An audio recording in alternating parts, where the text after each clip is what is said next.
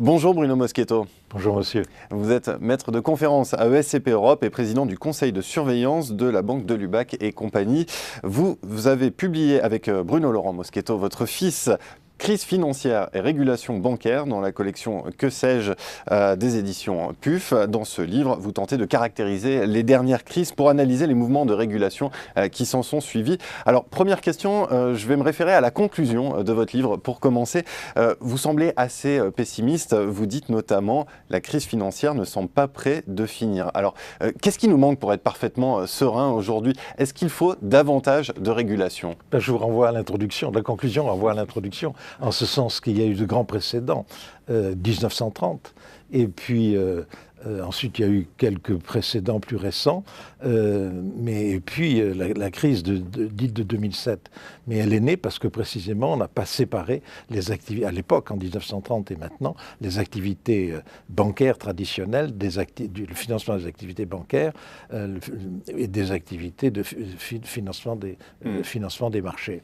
Et ce sont deux mondes totalement différents. Et ce n'est toujours pas le cas aujourd'hui. Et c'est toujours pas le cas. Malgré les tentatives européennes. Il y a eu des tentatives très timides. En France, ça a été un véritable leurre, simulacre. La loi Moscovici n'a rien séparé du tout, en dépit des promesses de François Hollande dans son discours du Bourget, où on pouvait penser qu'il allait pouvoir faire séparer les activités des marchés des activités bancaires. Et là, il a été en fait piégé ou trompé par son ministre de l'économie et des finances, qui a fait une séparation qui est symbolique. Toutefois, cette inflation réglementaire, les banques s'en plaignent aujourd'hui. Elles disent que ça pénalise leur compétitivité, leur activité. Qu'est-ce qu'il faut en penser? C'est uniquement un argument de lobbyiste? Je pense que les banques ne se plaignent pas. Elles se plaignent du fait que on veut absolument réduire les risques dits d'insolvabilité. Mais elles n'ont pas souffert des crises d'insolvabilité sur leur clientèle traditionnelle, que ce soit la clientèle de particuliers, d'entreprises ou d'administration. Elles ont souffert de manque de liquidité, ça c'est vrai. Et alors on les contrôle de plus en plus sur le risque d'insolvabilité vis-à-vis de leur clientèle. Mais elles n'ont pratiquement jamais souffert, et notamment les petites banques, en France ou dans le monde, n'ont pratiquement pas souffert de la réalisation, de la matérialisation du risque d'insolvabilité. Ce sont les grandes banques qui en ont souffert, mais parce que précisément, elles ont mis dans leurs actifs des activités financières et non pas des activités traditionnelles. Ce qui fait qu'on a accru il y a eu une inflation, comme vous dites, de réglementation, mais qui tirait un peu à blanc. Les petites banques n'ont pas connu de problème.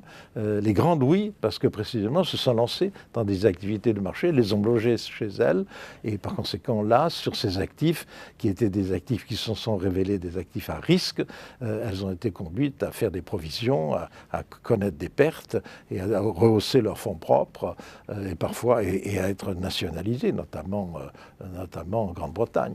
Est-ce qu'il faut, à votre avis, redouter un mouvement de dérégulation? Je pense par exemple à l'administration Trump qui envisage de détricoter le Dodd-Frank Act.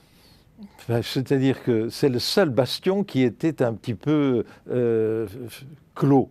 On le libère, mais je veux dire, on peut redouter, mais surtout le reste n'a pas été séparé. Donc on est toujours dans le statu quo. Rien n'a été fait, véritablement. Rien n'a été fait. En Angleterre, c'est en attente. En Europe, la directive n'est pas sortie. En France, ça a été un véritable leurre ou un simulacre dans cette séparation. Donc par conséquent, on n'a rien à redouter puisqu'on n'a rien fait. Alors dernière question, imaginons on va au bout de la séparation des activités bancaires. Est-ce que là encore, ce scénario pourrait être porteur de risque, puisqu'il y a le risque de retrouver des liquidités qui vont vers le shadow banking. Et le shadow banking, il est non régulé pour le coup, et là, il est évidemment porteur de risque. Le shadow banking, s'il finance des activités réelles, particuliers, entreprises ou administrations, il n'y a rien à dire. C'est s'il finance des activités de marché. Sinon, il n'y a pas à redouter. Le shadow banking, c'est-à-dire c'est le financement, c'est un financement parallèle, mais qui est un financement qui peut être réel ou qui peut être artificiel s'il finance des activités de marché. On revient toujours au même problème. Ça dépend où vont ces ressources qui sont mises à la disposition d'agents économiques. Si ce sont des agents économiques réels, très bien. C'est un moyen de financer de financer la valeur ajoutée qui est créée. Eh bien, merci beaucoup Bruno Moschetto pour cette présentation. Et pour ceux qui veulent aller plus loin, je renvoie à votre Que sais-je, crise financière et régulation bancaire aux éditions PUF. Merci encore. Merci beaucoup.